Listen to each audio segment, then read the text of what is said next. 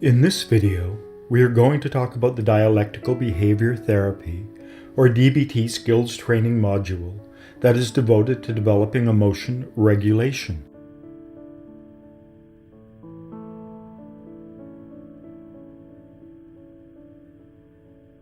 Researchers like to differentiate between emotions and feelings. Emotions are objectively observable physiological events, while feelings are our inner interpretation of these events.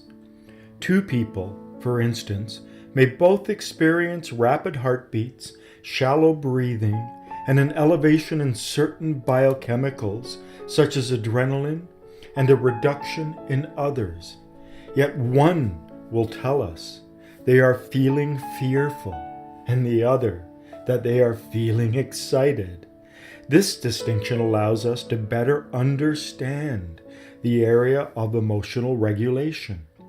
We can regulate our emotions, for example, by relabeling our feelings, perhaps by realizing that we only thought we were frightened when we were really excited. This is one of the reasons teenage boys like to take teenage girls to see horror movies, because it is far easier to turn fear into excitement than it is to create excitement in the first place. We can also learn to change our relationship to our feelings by simply identifying them. This is because the act of identification requires a degree of inward separation or detachment. When we are trapped in our feelings, we are unable to assess and name them. In order to do that, we must metaphorically step back from them in order to observe and then come up with a name for them. This is akin to the fact that in order to mindfully sense our hand, we have to inwardly sense our hand so we can observe it. As a result, mindfulness is one of the best skills we can develop if we wish to regain control over our feelings. This ability to step back, to detach, and be the observer is really the engine that powers every act of mindful awareness. And this detachment is crucial when it comes to emotion regulation. Another important thing to understand is that feelings never arise in a vacuum. They always have a purpose. Unfortunately, because of the nature of feelings and how we experience them in the first person, this is usually not quite obvious. But every feeling we feel has a purpose and can tell us something about ourselves. Again, the key to determining this is to learn to detach through mindful awareness in order to perceive them more clearly. Another problem lies in their cause. Two people feel anxious. They both experience this anxiety in the pit of their stomach. It causes havoc in both of their lives. They both turn to drugs and alcohol as a way of coping with their overwhelming feelings of anxiety. However, one feels this way because their fight or flight circuit has been activated, and part of this activation process involves the pulling of blood away from their stomach, where it is not needed in times of crises, and sending this blood into the large muscles that we need to fight or run. The other person may feel this exact same feeling of anxiety in their stomach because of an underlying medical condition.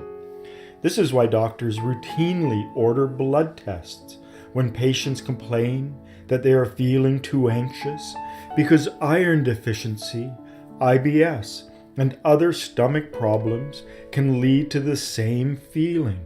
And to treat both of these the same is to misunderstand them. All feelings tell us something, so that when we learn to identify our feelings and identify the underlying physiological cause, we will learn something about ourselves. This understanding lies at the heart of emotion regulation. When something good is happening, we feel pleased, and when something distressing is happening, we feel bad. Learning to tease the different threads apart is essential for those who suffer from emotion dysregulation, because rather than controlling our emotions, we become controlled by them, and this can lead to bad things and create more suffering, especially when we attempt to externally regulate them through bad and maladaptive behavior. Feeling fear is a result of our fight or flight circuit being activated, perhaps when we are followed by a suspicious person late at night, whereas anxiety involves fear of the future. And since feelings only exist in the present moment, which means that in order to remember how we were feeling yesterday, we actually have to reactivate this feeling and re-feel it now.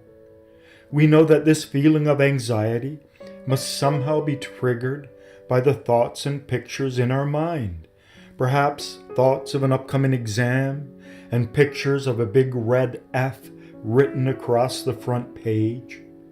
Unfortunately, people suffering from BPD or borderline personality disorder and other forms of emotional dysregulation are swamped by their feelings and are unable to see any way out.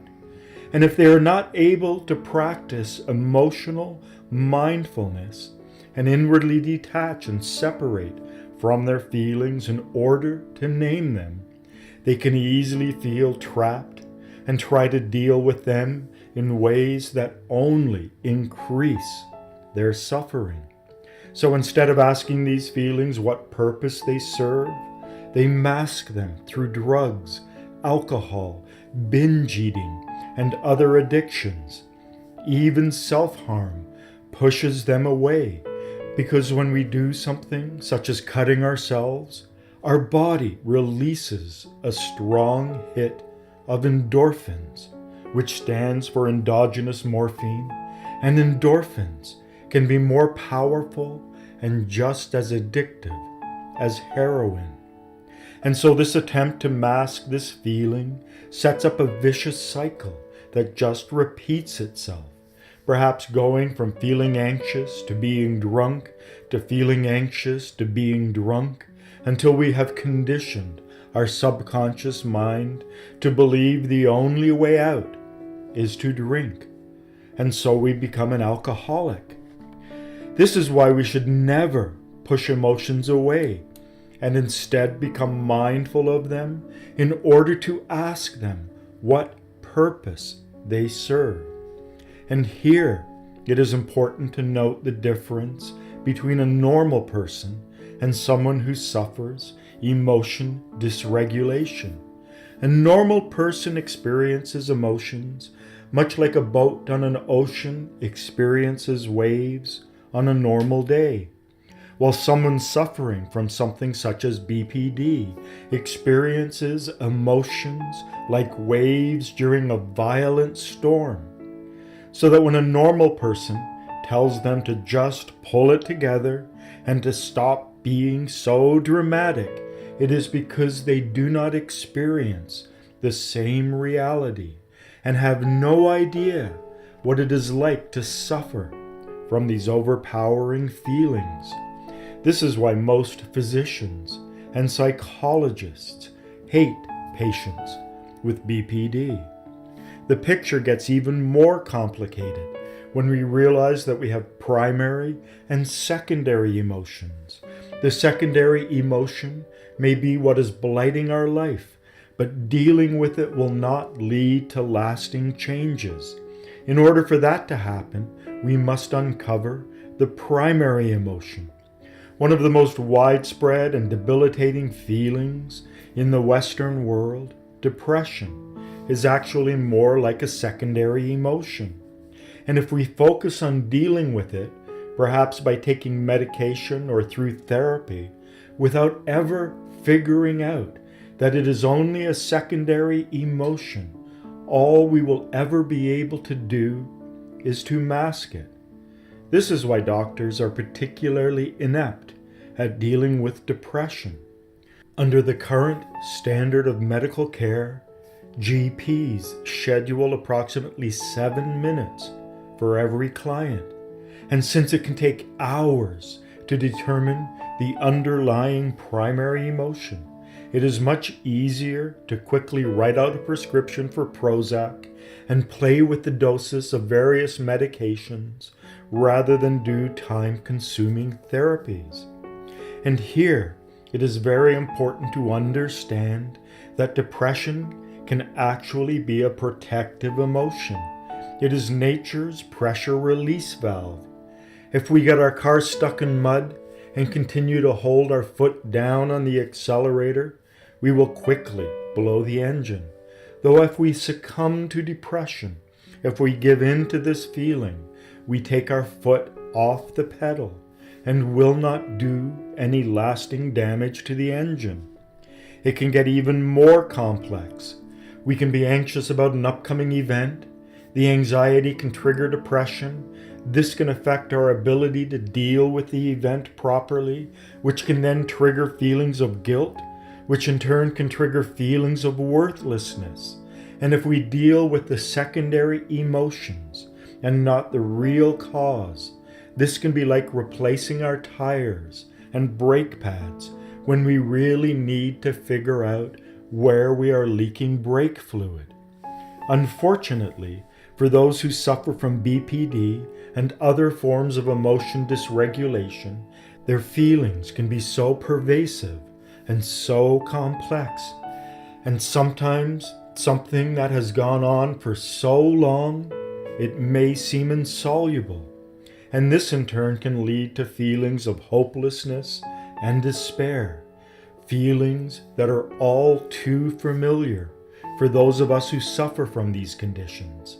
This is why suicide and thoughts of suicide can be so appealing, because there does not appear to be any hope or end in sight. This is why borderline personality disorder is the second most deadly form of mental illness, the most deadly being anorexia, because 10% of those suffering from BPD will take their own lives because they just cannot handle being swamped by wave after wave of toxic emotions. Emotion regulation skills. Those who suffer from borderline personality disorder or who are suicidal feel overwhelmed by their emotions. And there is one crucial concept necessary to understand about emotions. Contrary to what some say, there are no bad or useless emotions. Emotions only become bad and destructive when they become trapped and metaphorically frozen within us.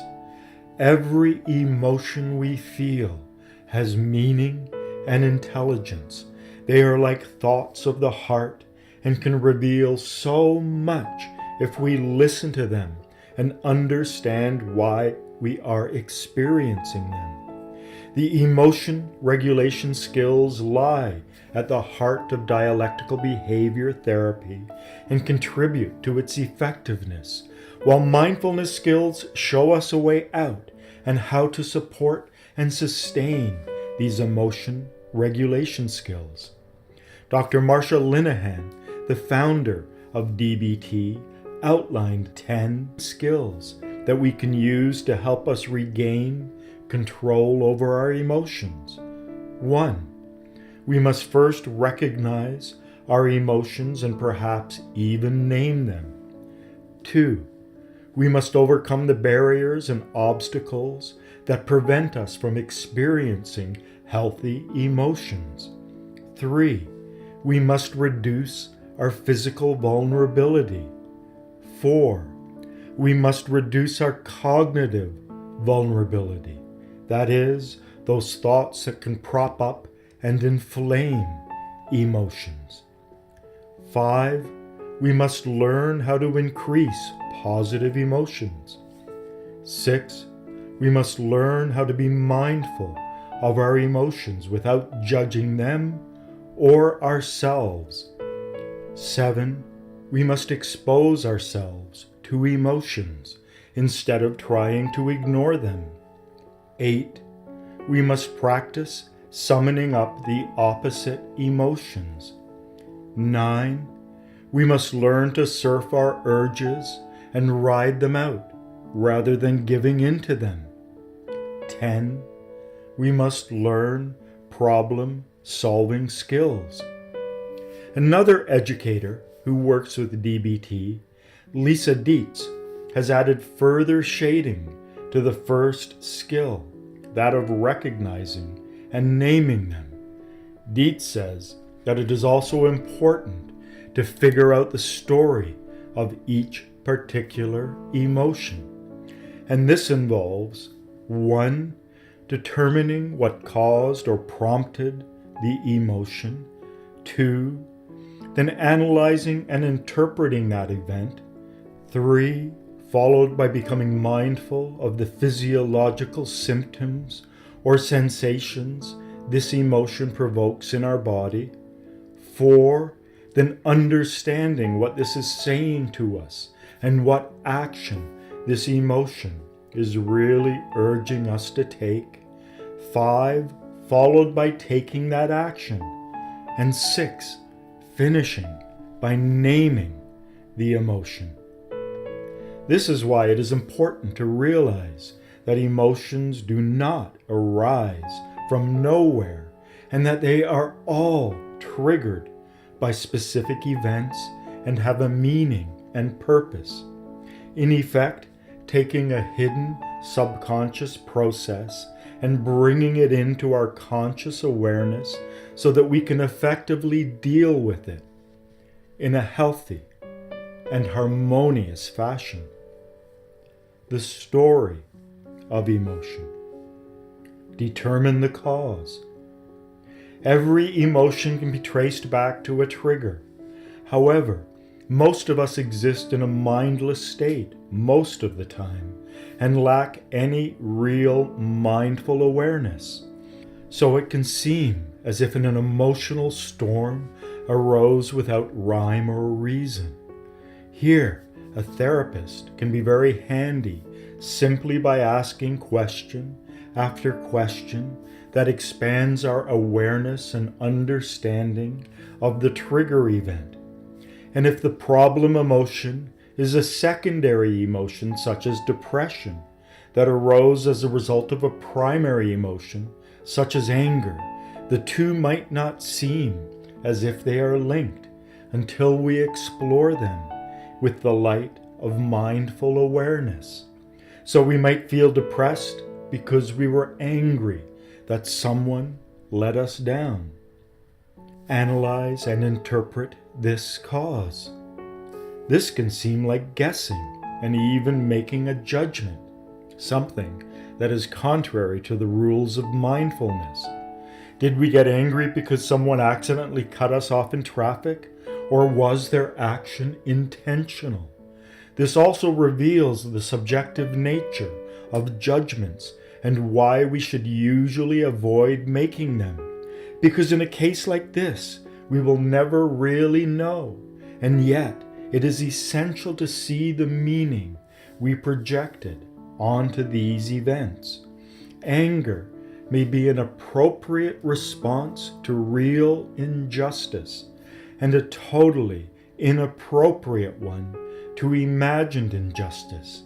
If we see someone being dragged from a car, we may get angry, though if we realize they were drunk and attempting to drive, our anger is misplaced and better directed at the person pulled from the car.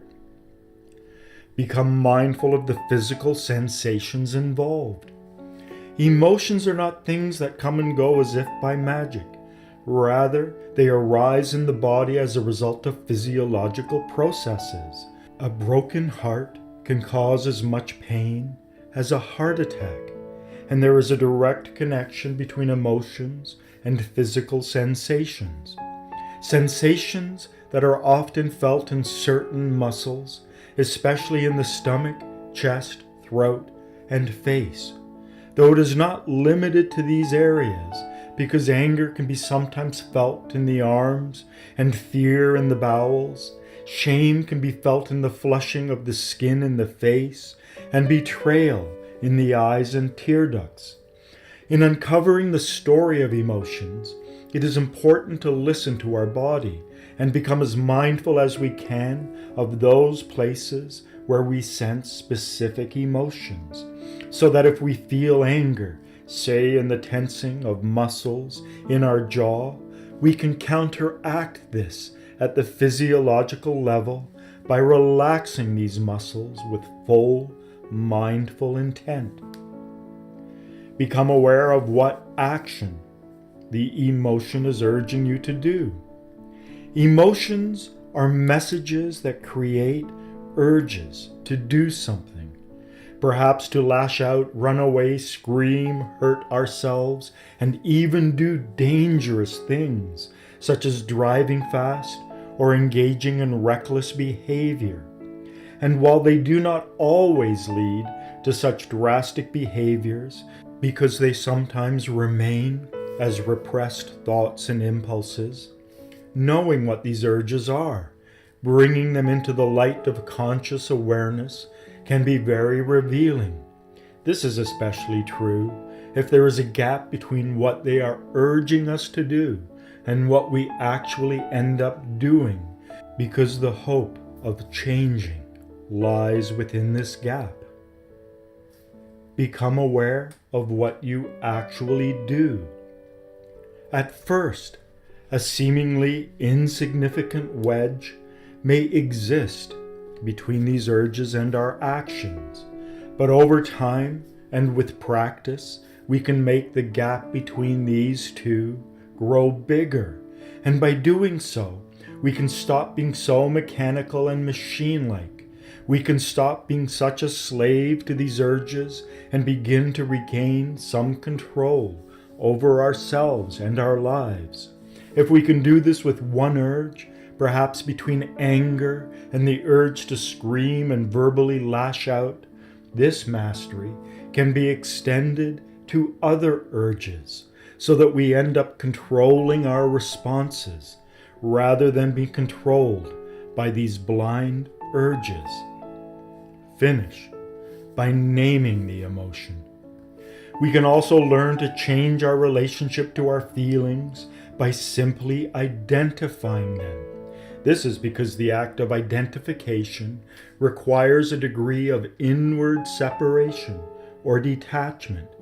When we are trapped in our feelings, we are unable to assess and name them. In order to do that, we must metaphorically step back from them in order to observe and then come up with a name for them. This is akin to the fact that in order to mindfully sense our hand, we have to inwardly separate from our hand so we can observe it. As a result, mindfulness is one of the best skills we can develop if we wish to retain control over our feelings. This ability to step back, to detach, and be the observer is really the engine that powers every act of mindful awareness. And this detachment is crucial when it comes to emotion regulation. Dr. Marsha Linehan, the developer of DBT, has distilled some of these skills that she has taught to acronyms. And so we are now going to discuss the acronym PLEASE and the PLEASE skills. Imagine two scenarios. In one, we stayed up late drinking and eating junk food while we watched a violent movie that triggered feelings of anger and outrage. We woke up with a slight hangover, smoked a cigarette, and drank too much coffee, and then got into our car. And as we were driving down the road, we were cut off by another driver. In the second scenario, we ate an apple, drank a little water, and went to bed at a reasonable hour. We slept soundly, woke up before our alarm rang, drank some juice and ate some fruit and cereal for breakfast, and then got into our car. and as we were driving down the road, we were cut off by another driver. The chances of us feeling the same emotion and reacting the same way would be pretty small. We would probably overreact in the first scenario, maybe even coming down with a case of road rage, while in the second, we may feel a minor annoyance, but nothing that would want to make us smash the other driver's windshield. This illustrates just how important self-care can be when it comes to controlling or being controlled by our emotions. This is where the please skills come in, because this acronym is designed to help us deal with our emotions in a healthy and effective way. Please stands for treat physical illness, eating, avoid mood-altering drugs, sleep, and exercise. So the P in please stands for physical illness.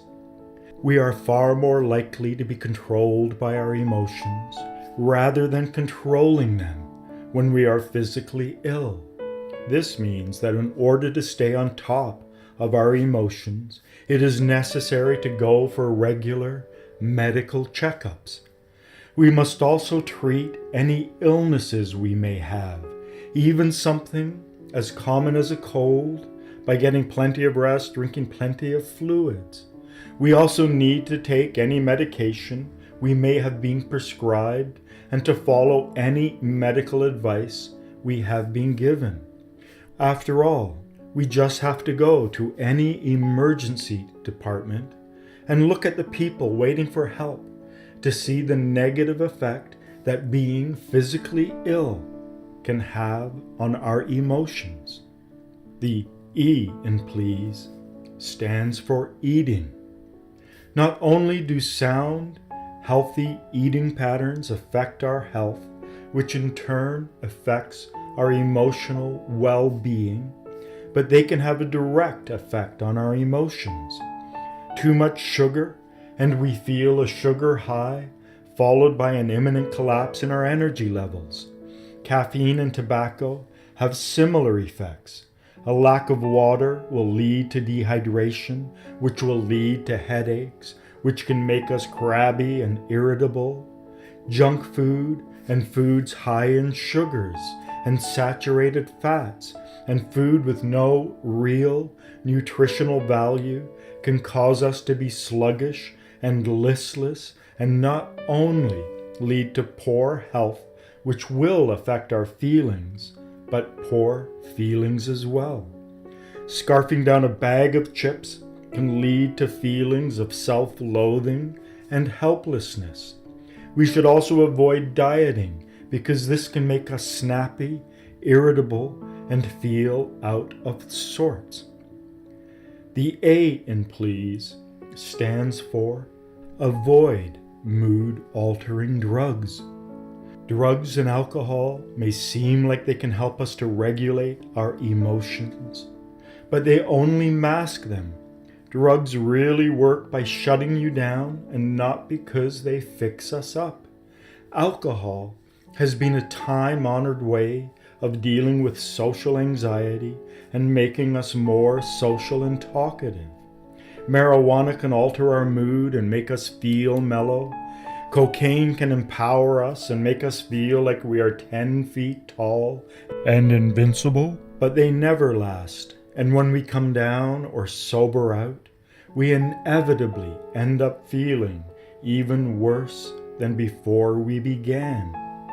Addictions are really masks that we use to mask certain feelings. We feel anxious, and rather than dealing with this emotion in a healthy way, we reach for a drink to numb us. We feel depressed and filled with self-loathing, and smoke some marijuana in order to surround ourselves in a clouded haze so things do not seem so bad, until the effects wear off and those old emotions arise once more, and we reach out to these substances, when it is better to confront those feelings than to mask them. and attempt to understand them so that we can begin to heal them and deal with them in a healthy, life-affirming fashion. Doing something like figuring out the story of our depression to heal instead of mask it. The S of please stands for sleep.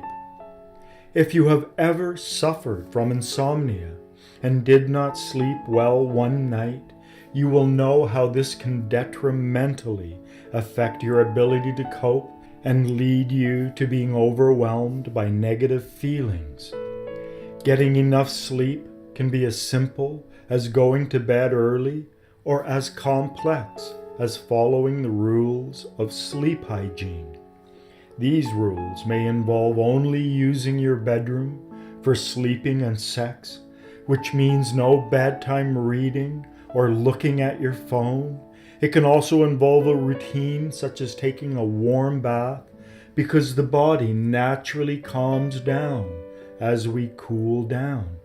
Also making sure that you do not exercise or eat a big meal before bed. Avoid caffeine from mid-afternoon because caffeine has a 5-hour half-life, so drinking a cup of coffee at 5 p.m. is like drinking half a cup at 10 p.m. Also avoid alcohol because even though it may seem as if it helps you sleep, it will prevent you from entering the deepest sleep states where true healing and rejuvenation occurs. Try to dim your lights and avoid staring at bright screens in the hour before bed because light disturbs the ability of our brain to produce the biochemicals needed for sleep. Maybe even listen to a relaxation recording or engage in progressive muscle relaxation techniques. If your problem is waking up in the middle of the night, perhaps you should avoid drinking any liquids for a few hours before you go to bed, especially if you wake up because you need to go to the toilet, and even making sure that you cannot see your clock from where you are sleeping, because knowing you only have 2 more hours until your alarm rings can make you feel even more helpless as you watch the minutes tick by. If problems persist, talk to your doctor. Pick up a book about healthy sleeping habits or research this online and experiment to see what works for you. Finally, the E in please stands for exercise. Numerous studies prove that exercise not only improves our physical health, but also our mental health. A good, solid aerobic exercise routine done for 20 minutes at least 5 times a week has been shown to have a powerful antidepressant effect. The key is to do it consistently. Exercise also improves our confidence, self-esteem, appetite, and metabolic rate. It also has certain detoxification and cleansing effects and allows us to sweat out toxins and waste products that would otherwise stay in our system. And by strengthening our body, it strengthens our spirit and makes us better able to cope with the ups and downs of life. It also gives us a sense of mastery and accomplishment, and as long as it is not done too close to bedtime, helps us to sleep better at night. The next set of emotion regulation skills falls under the name Build Mastery. Often, our lives can feel overwhelming, and we can focus far too much on our faults and limitations and be far too critical of ourselves. It is far too easy to dwell on our failures and overlook our successes, especially since it is easier to fall back than it is to step forward. And all too often, we walk around feeling like broken failures as a result. Therefore, it is important to build mastery and to engage in certain activities simply because they will give us a sense of accomplishment. And while building mastery involves goals and tasks, the real aim is to generate a certain feeling and to reinforce this feeling every day and over time. It is important to feel productive and to feel as if we have accomplished something, however small and insignificant it may seem. It can even be something as simple as doing the dishes each day or making the bed, especially if the dishes tend to pile up and the bed never seems to get made. The key is not to make it too daunting. So rather than resolving to learn a new language, resolve instead to learn 5 new words a day. One of the keys to this skill is making sure that we do at least one thing a day that gives us this feeling of mastery in order to generate the proper kind of positive emotions we need and to begin to tip the balance away from feelings of hopelessness and despair. Also recognize that this should never become something else that we use to beat ourselves up with. So the goal is not to actually master something, and if we fail, to then beat ourselves up over this failure, but to create positive feelings and then reinforce these feelings on a daily basis. Another strategy is to practice what they call opposite to emotion. Negative feelings do not exist in isolation and are more like one end of a seesaw and are always connected with a positive feeling. This is the nature of dialectics. Happiness is connected with sadness, love with anger, peace with fear, joy with despair. Here the key lies in being mindful and able to notice and name what we are currently feeling. Emotions can be like a prison, and if we are unable to see the bars that imprison us, we will never be able to escape. And so realizing that we are trapped in anger, fear, or despair is the first step in breaking free from these emotions. The second step involves knowing that we can actually generate positive emotions through our actions and metaphorically tip the seesaw towards them and gain control over our emotions. The Russian theater director Konstantin Stanislavski realized that if he wanted to get actors to express certain emotions when they were on stage, he simply had to get them to move in a way that conveyed these emotions, and that when his actors did this, they actually began to really feel these emotions and were no longer just pretending. Now this takes practice and mindful awareness, but if we pay attention to the way we walk when we are depressed, we will realize that we are holding this feeling in our body and the way we are moving. Perhaps we hunch our shoulders a little and almost seem to drag our feet. But if we recall what it is like to walk when we are feeling joyful, perhaps remembering that there was a spring in our step and a smile on our face, and we then begin mimicking the bodily movements and postures associated with this feeling of joy, we will actually begin to re-experience it.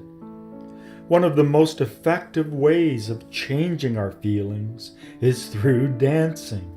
So close the curtains, put on some uplifting music, and start summoning this feeling as we move around the room. Smiling has also proved very effective. And here it is important to note that there are 2 forms of smiling. One that simply involves the muscles that lift the corners of the lips up into a smile, and the other that not only does this, but also involves the muscles that surround the eyes, that is, the muscles involved in squinting, and that when we learn to smile with both the mouth and the eyes, this has been scientifically proven to help us really summon a feeling of joy. Another thing we can do is urge surfing. This is a form of radical acceptance, a mindful practice that involves just accepting that we are feeling a particularly painful emotion or urge without giving into it, pushing it away, magnifying it, or attempting to mask it with any kind of risky behavior. It requires a strong degree of detachment and an ability to accept this emotion without judging it.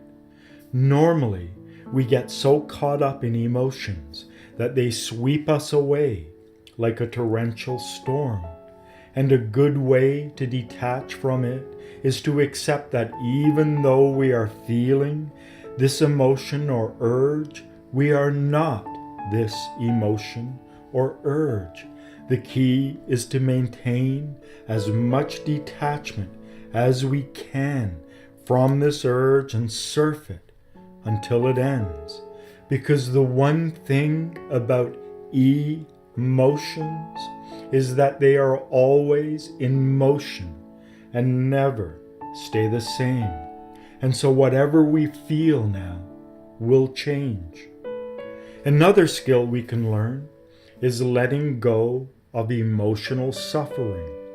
We can feel depressed, but we can also suffer because we are feeling depressed.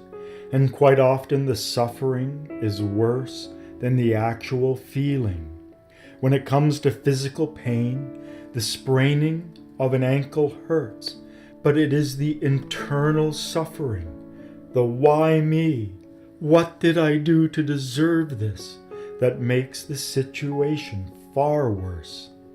This also applies to our emotional state, because not only can we feel depressed, but we can suffer because we beat ourselves up because we are feeling depressed. And often the suffering that arises is far worse than the emotion or event that led to the suffering. Here the key lies in acceptance and even mindfully holding on to the feeling and simply being present with these feelings and acknowledging them, because doing so short-circuits any suffering that may arise. So instead of lamenting, why me, something changes when we say, okay, I am feeling sad, and then holding on to this feeling and exploring it. And when we do, we will also find out that all feelings convey information and meaning. So if the mind thinks in thoughts, and the body thinks in movements, and the heart thinks in feelings, what are your feelings really saying? And sometimes just paying attention and listening to them is enough for them to dissolve. When we believe that our emotions are either good or bad, we will suffer when we feel bad ones. But by befriending them and listening to them, this removes any value judgment and allows us to hear what they are really trying to tell us. Now this brings us to problem solving. No one lives a problem-free life. However, we can make our problems grow to an overwhelming level by ignoring them. So if we wish to solve them, we must first accept them. However, all too often, we like to magically pretend that they do not exist or are not as bad as they may appear. disappear. This is especially true with problems that arise in relationships. Not all dark and overwhelming emotions are the same. Sometimes they are an overreaction to life. Sometimes they are the product of our imagination, and sometimes they are completely justified. And in the last case, we do not want to learn how to tolerate these emotions or act opposite to them, but to solve the underlying problem that causes them. If we hate red lights and encountering them whenever we drive makes us get really upset, the emotion is the problem, and we must somehow learn to change it. But if the red light arises on our dashboard, indicating that there may be a mechanical problem with our car, then we do not want to fix the emotional response so that we can tolerate it. Rather, we want to fix the car, because in this case, the emotion is not an overreaction, but really a warning light telling us to take action or suffer even worse problems. Dr. Marsha Linehan, the creator of DBT, has outlined a number of different types of problems.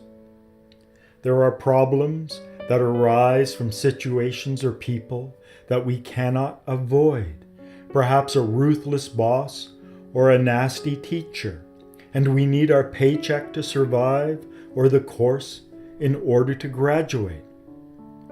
There are problems that arise from situations or people that we try to avoid, especially if avoiding them interferes with our life.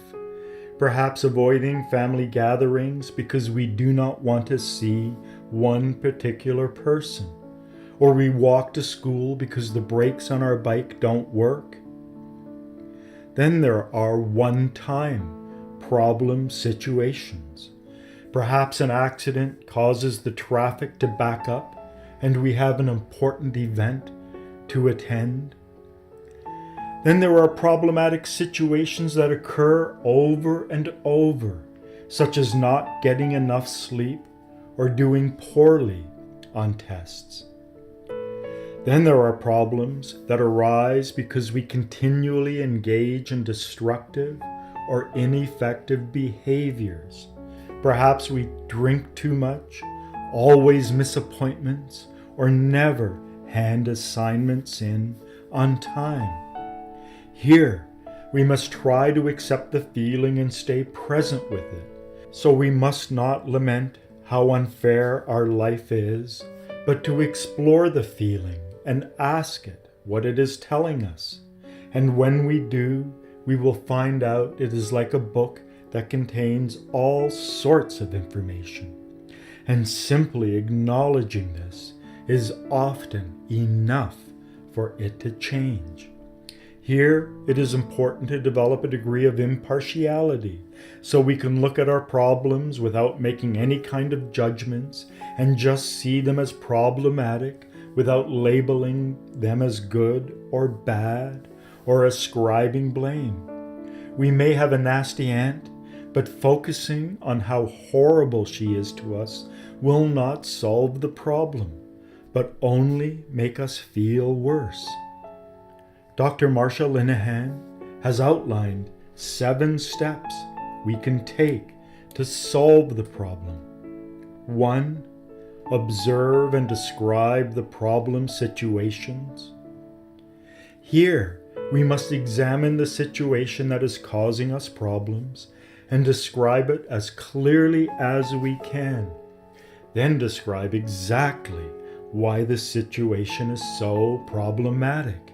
And finally, determine the obstacles that stand in the way of solving it. Perhaps the problem is a partner who continually undermines our confidence. So imagine looking at this situation through someone else's eyes and dispassionately listing the various things said and done by the partner. Then examine why this is so problematic. Perhaps they are isolating us from friends and family and good influences. And then focus on the obstacles that lie in our way of being able to solve this problem. Perhaps the fear of being alone. 2. Check the facts. This is where the attributes of mindfulness, such as objectivity, impartiality, and being non-judgmental, come in, because it is far too easy to catastrophize and blow things way out of proportion. Here it is important to ask if the situation is really as distressing as we make it out to be. Perhaps our boss was rough with us on one particular occasion, and we are using this to color all of our interactions with him. Or maybe our partner is not as critical as we believe, and if we examine the situation more closely, we will realize that we were too hard on them. 3. Identify your goal in solving the problem. We must learn to identify what it is we are hoping to achieve. And here it is important to keep this goal simple and realistic. Maybe it is something as simple as buying an extra alarm clock and placing it on the other side of the bedroom so that we stop oversleeping and can get to appointments on time. If work is intolerable, maybe the solution is to simply find a new job rather than push back and attempt to change things. The simpler and more realistic the goal, the easier it will be to achieve. 4. Brainstorm lots of solutions. It is far easier to get trapped in the belief that there is only one solution to our problem. If we are having problems with our partner, we could leave them, go for counseling, change our behavior, get them to look for a more fulfilling job, stop watching the news and anxiety-inducing programs. Here, it is a good idea to just generate as many solutions as we can without judging them, even if they seem ridiculous and unworkable, because by doing this, we will open our mind and grow more creative in our approach. This also prevents us from slipping into the trap of either or. Either we get a new job or we are doomed to be miserable. 5. Choose a solution that fits the goal and is likely to work. This is the step where evaluation and judgments can come in and play an important part. Perhaps we can prioritize our solutions and determine the best and then the second best and rank them so that if the one we choose does not work, we can return to our list. Here, other DBT skills can help, especially pros and cons, so we can expand our understanding of this solution and its potential ramifications. Entering into the mindful state of wise mind can also help in this process, because this gives us the ability to step back and examine the solution from a different perspective. 6. Put the solution into action. This, obviously, is the most important step, because without taking action, nothing will change. However, here it is important to note that we may still have to overcome a few obstacles in order to make the changes necessary to solve the problem. The two biggest being fear and inertia. Often, we may be fearful of what others may think, and even fearful that it may work and things really will change. It may also be hard to summon the motivation required because it is always easiest to do nothing. And yet if we do nothing, nothing will change. And lastly, number 7, evaluate the results of implementing the solution. It is also important to actually take the time and analyze the results. Did it work? Were we looking at the solution through rose-colored glasses? Did we encounter any obstacles? Did it lead to unexpected results? Did it only partially solve the problem? Did it make things better or worse? Doing this will keep us on track and focused in the right direction.